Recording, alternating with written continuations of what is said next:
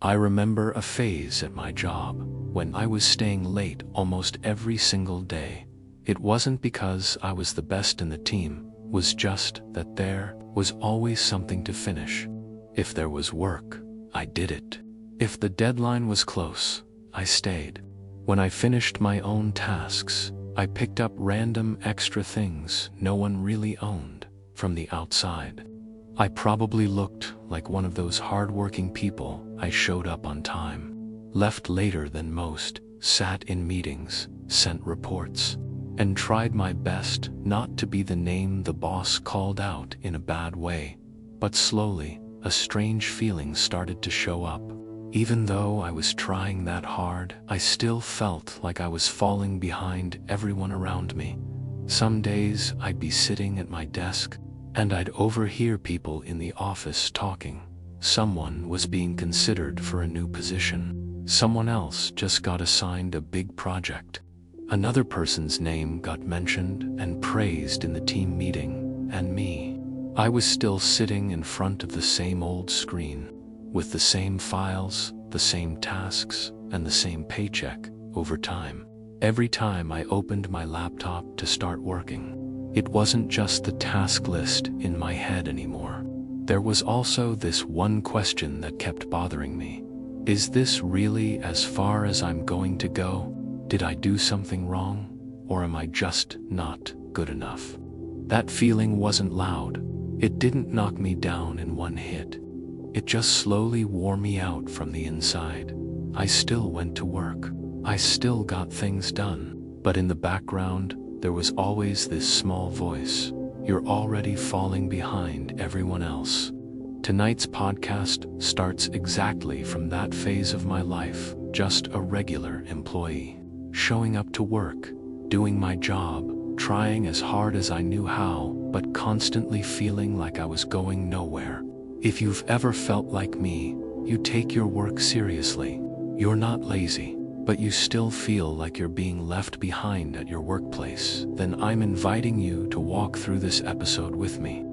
After that phase, on the surface, nothing really changed. Mornings were the same. Get to the office, turn on the computer, open email, scroll through a bunch of notifications, meeting invites, reminders. Lunch was a quick box of food at the desk. Afternoons were back in front of the screen, hands on the keyboard, eyes locked on numbers, slides, reports. From the outside, everything looked normal, but inside, it wasn't. I started paying more attention to the people around me. One day, I was sitting in a meeting room while my manager talked about people plans, a list of high potential names, people who could move to the next level. I sat there listening, and in my head I kept wondering, is my name on that list? When they finally read out the names, of course, mine was not there. I still smiled. I still nodded. I still acted like everything was fine. But walking back to my desk, something felt off. It was like I had just heard a news report where everyone had a role except me. From that point on, every time someone got a new project, I started comparing myself. They joined after me. How are they moving faster? Maybe I am just not good enough. Maybe I do not know how to play the politics game. Maybe I just do not fit this place. Those questions did not show up once and disappear. They circled around all day, especially when I was sitting alone in front of the screen. At night, when I finally got home, you would think my mind would calm down. But at DIDN, single quotes I would open Facebook and Instagram, and it felt like a completely different world. An old friend checking in at a new office. Someone else celebrating a new contract. A friend my age posting a photo with the keys to their first apartment. Someone sitting in their new car with a caption like "finally rewarding myself after years of hard work." I would scroll through all of that, then put my phone down, look around my own room, the small desk, the same old chair, and a bank account that had nothing worth posting anywhere in that moment. It wasn't the kind of sadness where you want to cry. It was more like a weight on your chest, just heavy enough to ruin your sleep that night, and to make your walk to the office the next morning feel different. There was a time when going to work still felt a bit exciting. At least I used to think, just push a few more years. Maybe my turn will come. But after a while, every time I stepped into the elevator, watching people press buttons for different floors, one thought started popping up in my head. I wonder when I will ever get to press a different floor in my own life. Then came the money part. There were months when I worked overtime non-stop. At the end of the month, I would look at my paycheck. There was a little extra, and then it disappeared into rent, food, bills, and a bunch of small expenses with no name. I developed this habit of opening my banking app in the middle of the month, just to sit there and count. Count how much was left. Count if it was enough to make it to the end of the month. Count if there was anything actually left over. Meanwhile, I would hear things like, "This guy just bought a car. She just booked a trip to Europe. That couple just moved into a bigger apartment." I wasn't jealous in the sense of wanting them to fail.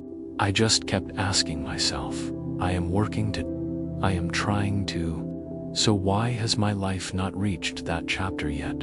That feeling of falling behind stopped being just about job titles. It started spilling into the rest of my life.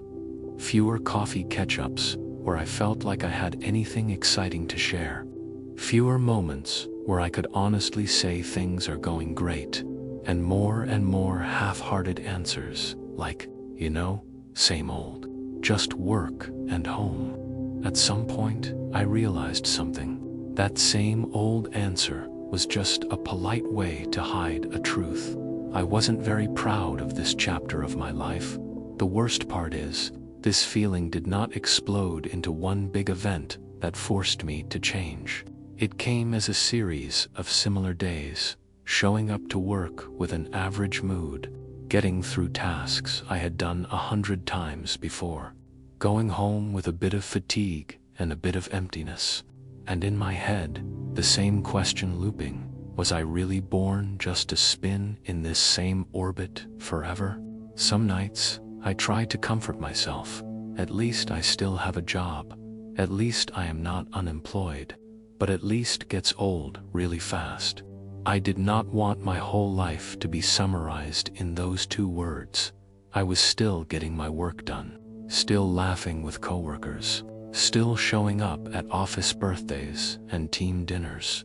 But inside, I started to feel a very clear gap between the person I was at work every day and the person I thought I was supposed to become, and that gap kept getting a little bigger each day, until I could not call it just a phase anymore. I started thinking, what if this is it? What if this is the final version of me? Am I wasting my best years right here? That is when I knew. I was not just tired from work itself. I was tired from the feeling that I was falling behind, right in the very place where I was putting my time, my energy, and my youth. If you have ever had a stretch like that at your job, where the work still gets done, life still goes on, but there is always that one quiet question in the back of your mind, is this really all there is for me?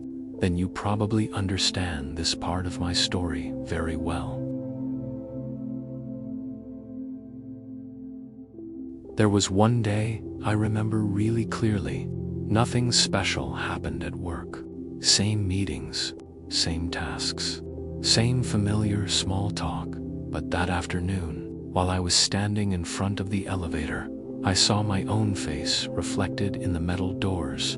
I looked tired in a different way. Not the kind of tired that comes from work being too hard, but the kind that comes from your mind always being tense, always on guard. And in that moment, I started to ask myself seriously, what is actually making me feel this bad?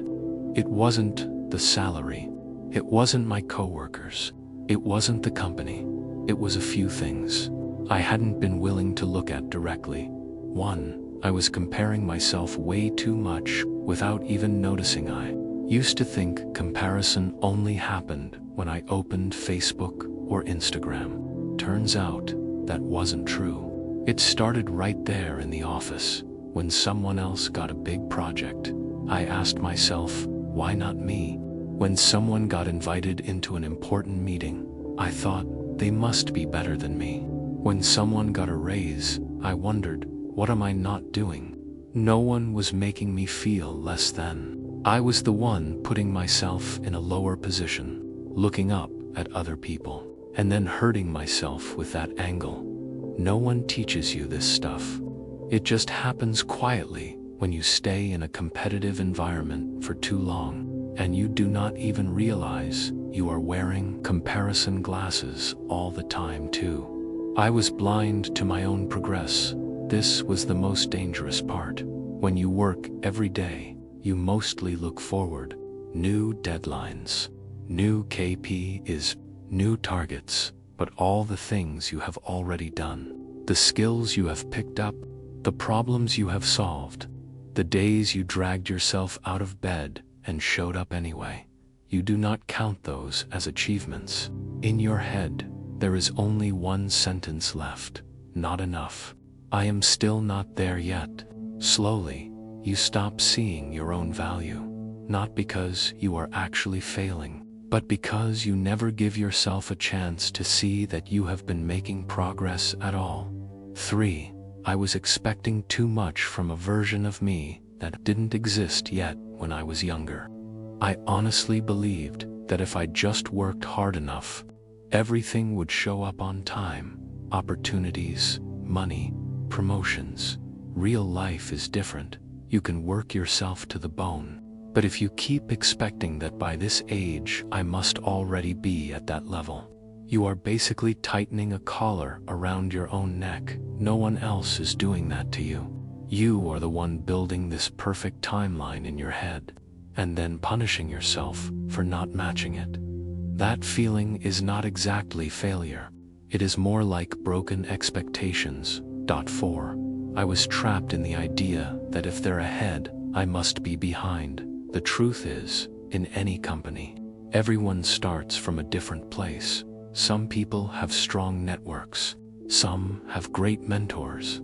Some just click with the boss. Some catch the right project at the right time. Some have family money or a solid safety net.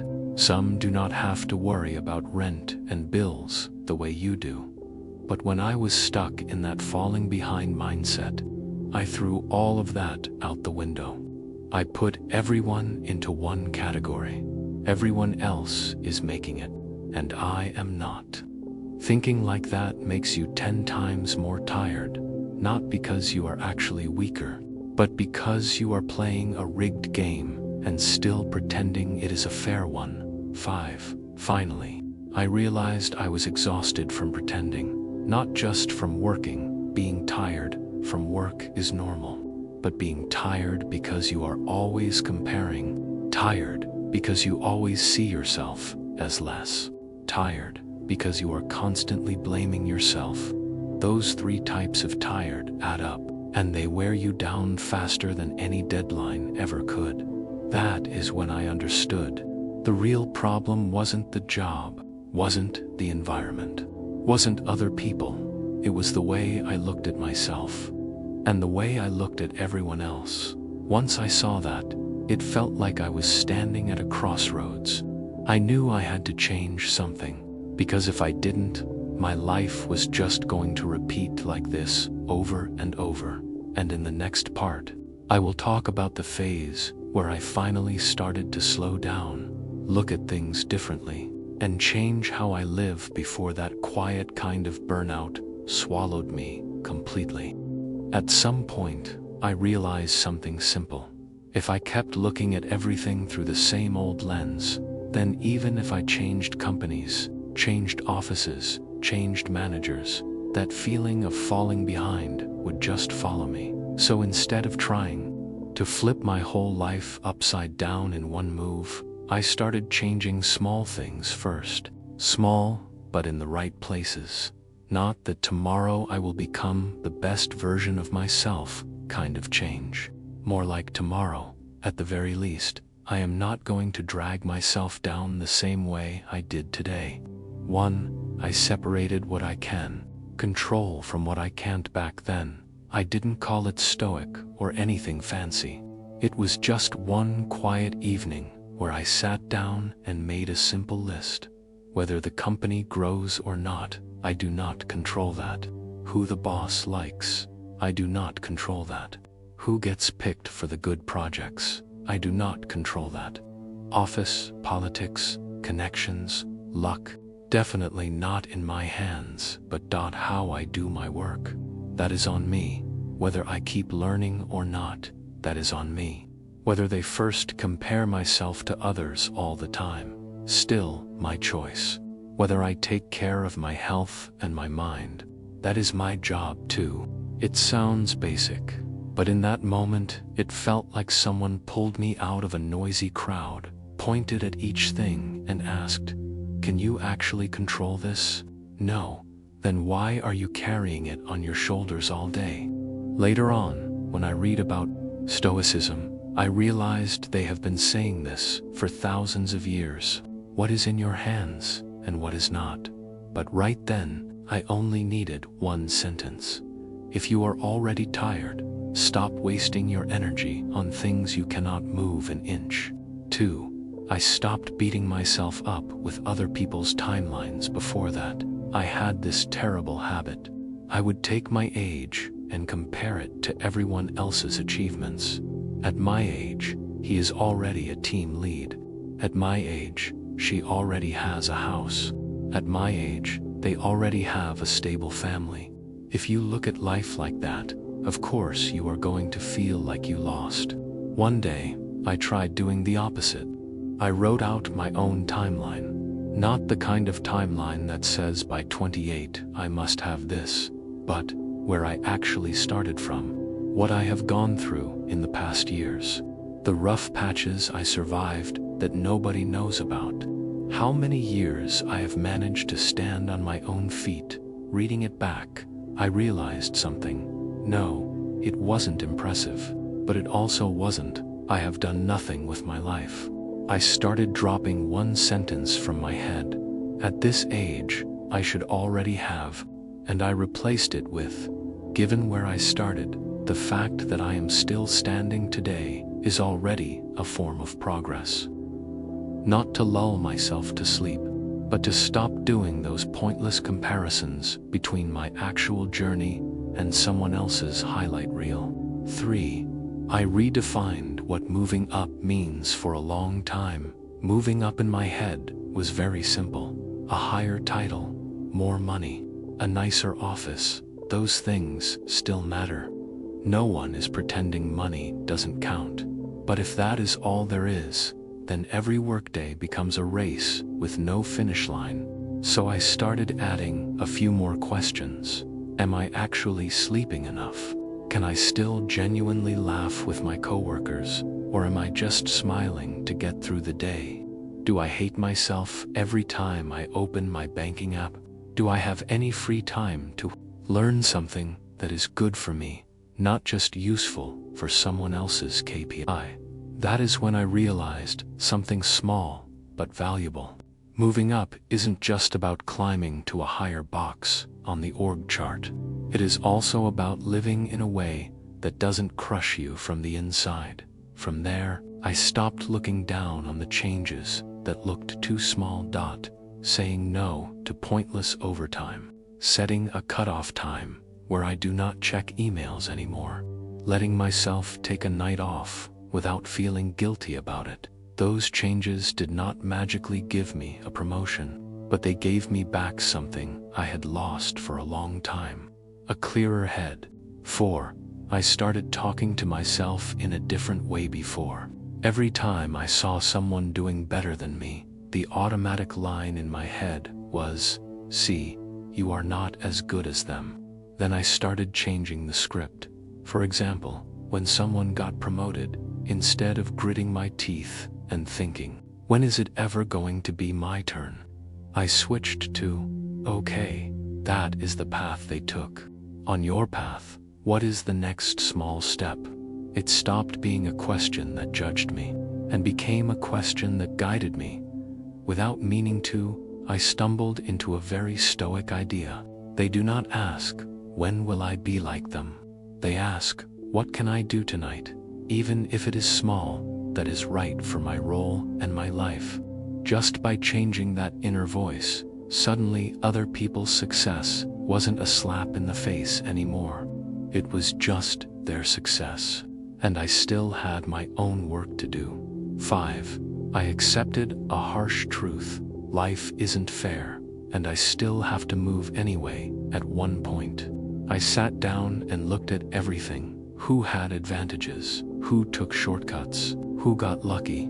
Who started with a solid base behind them? Then I told myself straight, yeah, life isn't fair, and it is not suddenly going to become fair just for you. Hearing that did not make me feel lighter right away, but it did remove one thing: illusions. I stopped secretly expecting that one day the universe would pay me back for everything. It does not have to. What matters is that I do not abandon myself. I remember reading a line once: you have power over your mind, not outside events. You don't need to put Marcus Aurelius quotes on your bedroom wall. But understanding that idea is enough. If your mind is a mess, it does not matter how good the environment is. You will not see the path in front of you. If your mind is a little more solid, then even in an imperfect environment, you will still find a way to stand your ground, at least for now. 6. In the end, I didn't stop falling behind. I just stopped calling myself a loser. To be clear, after all these changes, I did not turn into a completely different person. I did not suddenly become rich. My boss did not randomly call me in to say, hey, promotion time. I did not wake up one day with a new car, a new house, and a perfect life. But a few quiet things did change. I stopped staying up late worrying about things I do not control. I stopped feeling that sharp sting every time someone shared career news. I stopped using the word just when I talked about myself. I am just a regular employee. I am just another guy working for a paycheck. Instead, I started seeing myself for what I actually am. Yes, I am a normal working person. But I am not useless. I am not behind in some absolute way like I used to believe. There are still tiring days. There are still moments when I look around and feel like people are ahead of me. But instead of letting those moments crush me for a whole month, I let them pass faster. I do not treat every successful person as a reminder that I am not good enough. I just see them as part of life. Yeah, they have gotten there. Good for them. As for me, I am still moving, and I do not need to copy their route. If you asked me, after everything, what is the biggest thing I learned, it would probably be something simple. I am not running faster now. I just stopped tripping myself.